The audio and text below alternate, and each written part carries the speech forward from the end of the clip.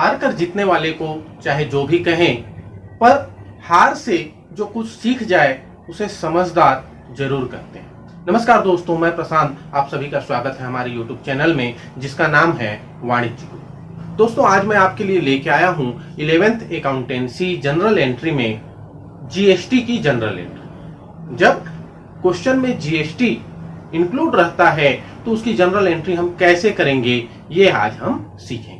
चलिए वीडियो को शुरू करते हैं। वीडियो को शुरू करने से पहले एक छोटा सा रिक्वेस्ट है, अगर अभी तक आपने हमारे चैनल को सब्सक्राइब नहीं किया है, आप हमारे चैनल में नए हैं तो चैनल को सब्सक्राइब कर लीजिए और बेल आइकन को प्रेस कर लीजिए। मैं आपको क्वेश्चन पढ़कर सुनाता हूं और उसके बाद हम सॉल्व करेंगे। निम्नलिखित व्यवहारों को केंद्रीय जीएसटी की दर 6% तथा राज्य जीएसटी की दर 6% मानते हुए जैन ट्रेडर्स की पुस्तकों में प्रविष्टि कीजिए।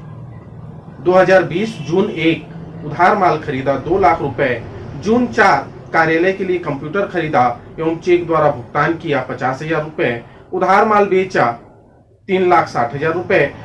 जून 10 विज्ञापन शुल्क का भुगतान किया 40,000 रुपए। जून 30 जीएसटी की शेष राशि का भुगतान किया। तो यह हमारा क्वेश्चन है।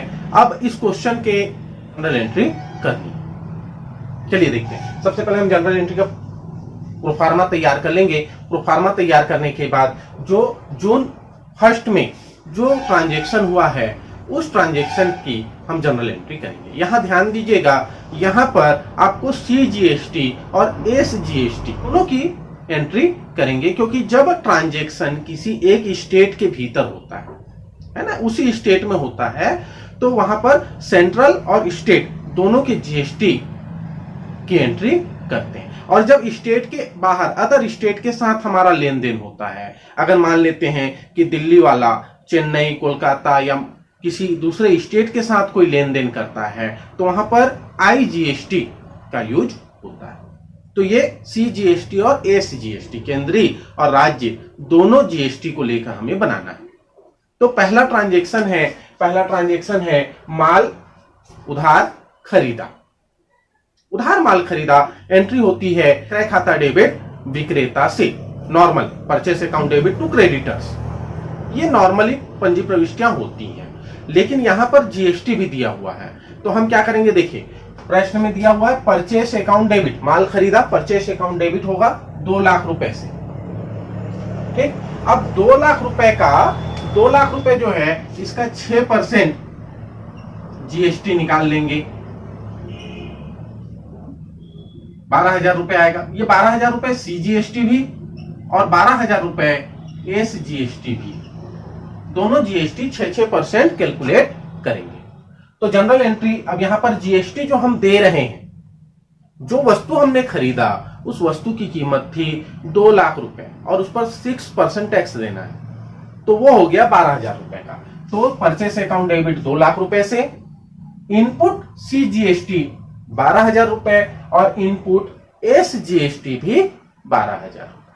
जब व्यापारी माल खरीदता है तो वो जीएसटी पहले पेड करता है ना। तो यहां पर उधार है तो टू क्रेडिटर्स के अकाउंट में हम 2,24,000 रुपए लिखेंगे। अब इसके बाद उसने ऑफिस यूज के लिए, अपने व्यापार के लिए कंप्यूटर खरीदा, कंप्यूटर क्रय किया और भुगतान चेक से किया।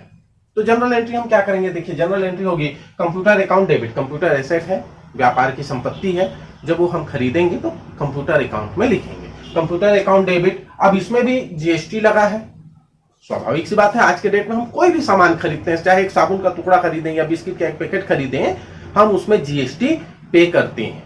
नॉर्मली हम अपने घर के लिए जब खरीद के लाते हैं तो हम उसकी कोई जनरल एंट्री नहीं करते, पर व्यापारी जो है वो तो व्यापार कर रहा है, वो जब खरीदता है वो वस्तु की कीमत, जो उसका कॉस्ट है वो अलग दिखाता है और जो उस पर जीएसटी लगा है वो अलग दिखाता है। कारण क्या है कि ये जो जीएसटी का वो पैसा चुका रहा है अपने जेब से नहीं दे रहा है, ध्यान रखिएगा, वो अपने घर से पैसा नहीं दे रहा है, वो क्या करेगा, अपने कस्टमर से उस जीएसटी के पैसे को वसूल करेगा। ठीक है, तो उसका हिसाब उसे रखना पड़ता है।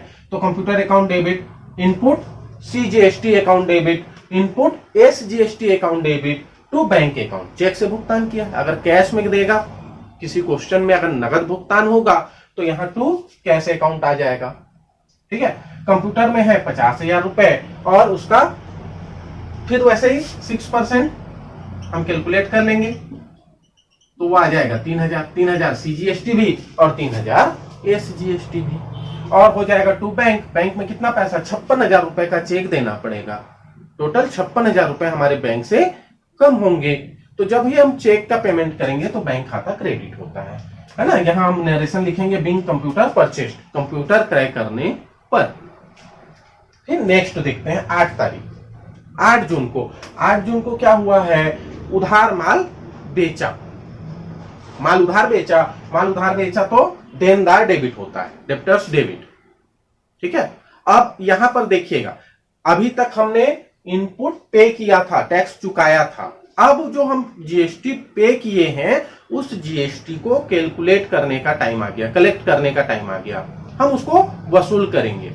देखिए इनपुट जीएसटी जो होता है, इनपुट ये क्या है, पेड है, और आउटपुट जो होता है ये क्या होता है, कलेक्टेड होता है।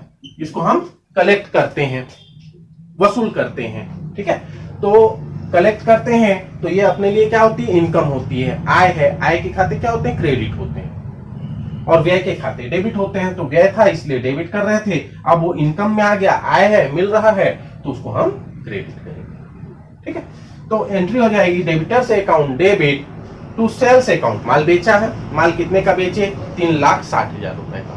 जो माल बेचे उसकी लागत थी 3,60,000 रुपए। टू आउटपुट सीजीएसटी, फिर ऐसे ही 21,600 रुपए, ये 6% आ गया। दोनों में सीजीएसटी में भी सेम अमाउंट और एसजीएसटी में भी सेम अमाउंट आएगा, दोनों का 6% है। अब इन तीनों का टोटल कर लेंगे। ठीक, हमें देनदार से लेना कितना है, हम जिसको उधार माल बेचे उससे हम कितना पैसा लेंगे, जो वस्तु के मूल्य है वो तो लेंगे ही, प्लस जीएसटी का पैसा भी उसी से वसूल करना है, हम घर से नहीं देंगे, उसी से लेंगे, है ना, याद रखिएगा। तो उसी से वसूल करना है, तो ये अमाउंट हम टोटल कर लेंगे, 3,60,000 और 20 40, 4 लाख रुपए हो गया, और 3,200। अगला है 10 तारीख। 10 तारीख को क्या किया, विज्ञापन के खर्चे का भुगतान किया है चेक से। ठीक है, विज्ञापन के खर्चों का भुगतान किया। एडवर्टाइजमेंट खर्च है, खर्च के खाते डेबिट होते हैं, एडवर्टाइजमेंट अकाउंट डेबिट हो जाएगा। Expenses, input CGST, input SGST, खर्च है। जब हम पे करेंगे तो पेड होता है तो इनपुट, और कलेक्ट करते हैं तो आउटपुट। इनपुट डेबिट होता है, आउटपुट क्रेडिट होता है। तो advertisement expenses account debit, input CGST account debit, input SGST account debit. अब यहां पर कितना था, 40 रुपए आया, 2,400 रुपए, टोटल जोड़ लेंगे 44,800 रुपए हो गया। लास्ट, अब अंतिम में प्रश्न में लिखा है 30 तारीख को कि जीएसटी का समायोजन करना है और शेष जो जीएसटी है वो पे करना है, उसका पेमेंट हम करेंगे।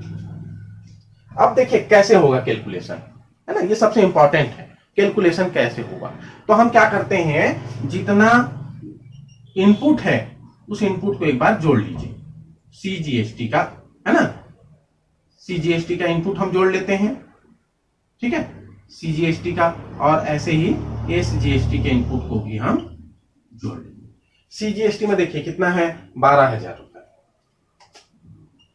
12,000 प्लस यहां 3,000 रुपए, 3,000 प्लस यहां पर 2,400 रुपए। तो ये टोटल हो गया 12 3 15 2 17,400। अब इतना ही अमाउंट एसजीएसटी में भी आएगा क्योंकि दोनों में सेम कैलकुलेशन हुआ है, जितना सीजीएसटी का है उतना ही एसजीएसटी का भी होगा। ये इनपुट हमने जोड़ लिया। अब आउटपुट देखते हैं, आउटपुट में कितना अमाउंट है। आउटपुट क्या हुआ था, क्रेडिट हुआ था, है ना। तो आउटपुट में सीजीएसटी का देख लो, सीजीएसटी कितना था, 21,600, और एसजीएसटी भी यही होगा 21,600। तो अब हमको एडजस्टमेंट करना है, राइट, इसको सेटअप करना है। सेटअप करने के लिए क्या करेंगे, सेटअप करने के लिए जो पहले क्रेडिट हुआ था, ये अमाउंट क्या हुआ था, क्रेडिट हुआ था, अब इसको हमको डेबिट करना पड़ेगा। तो output CGST account debit, output SGST account पे डेबिट, दोनों क्रेडिट हुए थे तो दोनों को अब हम डेबिट कर देंगे। देखिए दोनों को डेबिट कर दिया गया। और इनपुट जो टोटल हमने निकाला 17,400 रुपए, 17,400, इसको क्रेडिट करेंगे क्योंकि पहले वो डेबिट हुआ था। अब उसको हमको सेटअप करना है, एडजस्टमेंट करने के लिए उसको हमको अपोजिट साइड में लिखना पड़ेगा, क्रेडिट साइड लिखना पड़ेगा 17,400 रुपए। अब ध्यान दीजिएगा, यहां देखिए 21,600 क्रेडिट साइड और 17,400 डेबिट साइड, 4,200 रुपए। ये 4,200 रुपए क्या हुआ, ये CGST का, और 4,200 रुपए ही किसका आएगा, ये SGST का भी आएगा। इस तरह से दोनों को जोड़कर हो जाएगा 8,400। इतना पे हमको करना है, 8,400 रुपए टू बैंक अकाउंट, है ना। इतना पेमेंट हमको गवर्नमेंट को करना है। क्यों पेमेंट करेंगे, देखिए ये 8,400 रुपए हम गवर्नमेंट को क्यों देंगे। देखिए जब हमने माल खरीदा था 12,000 खर्च किए, फिर 3,000 किए और 2,400, मतलब हमने टोटल खर्चा कितना किया, टोटल हमारा खर्च हुआ 17,400 रुपए, ठीक है। और हमने ग्राहकों से वसूल कितना किया, ग्राहकों से हमने वसूल किया है 21,600 रुपए, 4,200 ज्यादा लिए। अब ये जो 4,200 रुपए व्यापारी ने अधिक लिया है, ठीक है, ये अपने लिए नहीं लिया है, वो अपने घर में नहीं रखेगा। उस पैसे को क्या करेगा, उस पैसे को बैंक में जमा करा देगा। बैंक में किसके, गवर्नमेंट, है ना, बैंक अकाउंट में, जो भी उनका अकाउंट होगा GST का, उस अकाउंट में वो उसको जमा करा देगा। 4,200 CGST सेंट्रल के लिए और 4,200 SGST स्टेट के लिए, दोनों को आधी आधी राशि वो पेमेंट कर देगा। तो टोटल 8,400 रुपए उसके पे हो गए। क्या है, जब हमने खरीदा था तो कॉस्ट प्राइस कम था, जब हम बेचे तो उस पर अपना प्रॉफिट जोड़कर बेचे, मतलब ज्यादा। अब जब ज्यादा अमाउंट है तो उसका कैलकुलेशन भी अधिक हुआ, तो जो अधिक हम वसूल किए हैं वो पैसा बैंक में, है ना, गवर्नमेंट के जो भी अकाउंट है, GST का अकाउंट है, उसमें हमको जमा करना पड़ता है। तो उसके लिए यहाँ पर बैंक अकाउंट क्रेडिट होगा हमारा। उम्मीद करता हूं ये आपको समझ में आ गया होगा। सिंपल सी चीजें हैं। जब हम परचेस करते हैं तो इनपुट डेबिट होता है, जब हम खर्च करते हैं तो इनपुट डेबिट होता है, जब हम सेल करते हैं, बेचते हैं, तो आउटपुट क्रेडिट करते हैं। और इसी तरह से जब हमें पैसे मिलते हैं तो भी आउटपुट को क्रेडिट करते हैं। इसके बाद हमें क्या करना है, इसके बाद हमें करना है कि जितना डेबिट हुआ है उसको हम टोटल कर लेंगे, और जितना डेबिट हुआ है उसको उठा के क्या कर देना है, क्रेडिट कर देना है। और जितना आउटपुट क्रेडिट हुआ है, और भी रहता तो जोड़ लेते हैं, जितना रहेगा सबको जोड़ लीजिएगा, जितने बार आउटपुट क्रेडिट हुआ है, और उसको हम सीधे सीधे डेबिट कर देंगे। तो इस तरह से हमारी GST से रिलेटेड जो क्वेश्चन होते हैं उनकी एंट्री हो जाती है। ये है दो प्रकार से, CGST, SGST। अगर हम अदर स्टेट में करते हैं तो IGST का वहां यूज करते हैं। जब IGST के क्वेश्चन रहते हैं तो जहां डबल हुआ है वहां सिंगल IGST बस लिखेंगे, इनपुट IGST, आउटपुट IGST। यहां भी जब लास्ट में एडजस्टमेंट होगा तो सिंगल होगा, ठीक है, इनपुट और आउटपुट सिंगल रहेगा IGST के नाम पर, और बाकी जो भी बैलेंस होगा वो हम पेमेंट कर देंगे बैंक के माध्यम से। तो इस तरह से ये हमको GST के क्वेश्चन सॉल्व करने। अगर ये सॉल्यूशन आपके समझ में आया तो आप कमेंट करके बताइए। अगर कोई डाउट है आपके मन में तब भी आप हमें कमेंट करके पूछ सकते हैं, या किसी भी दूसरे टॉपिक से, दूसरे क्वेश्चन से रिलेटेड अगर कोई डाउट है आपके मन में तो भी आप कमेंट करके हमें पूछ सकते हैं। अगर अभी तक आपने चैनल को सब्सक्राइब नहीं किया है तो प्लीज चैनल को सब्सक्राइब कर लीजिए, अपने दोस्तों तक वीडियो को शेयर कर दीजिए, और वीडियो पसंद आया तो वीडियो को लाइक कर दीजिए। वीडियो में अंत तक बने रहने के लिए धन्यवाद। जय हिंद, जय भारत।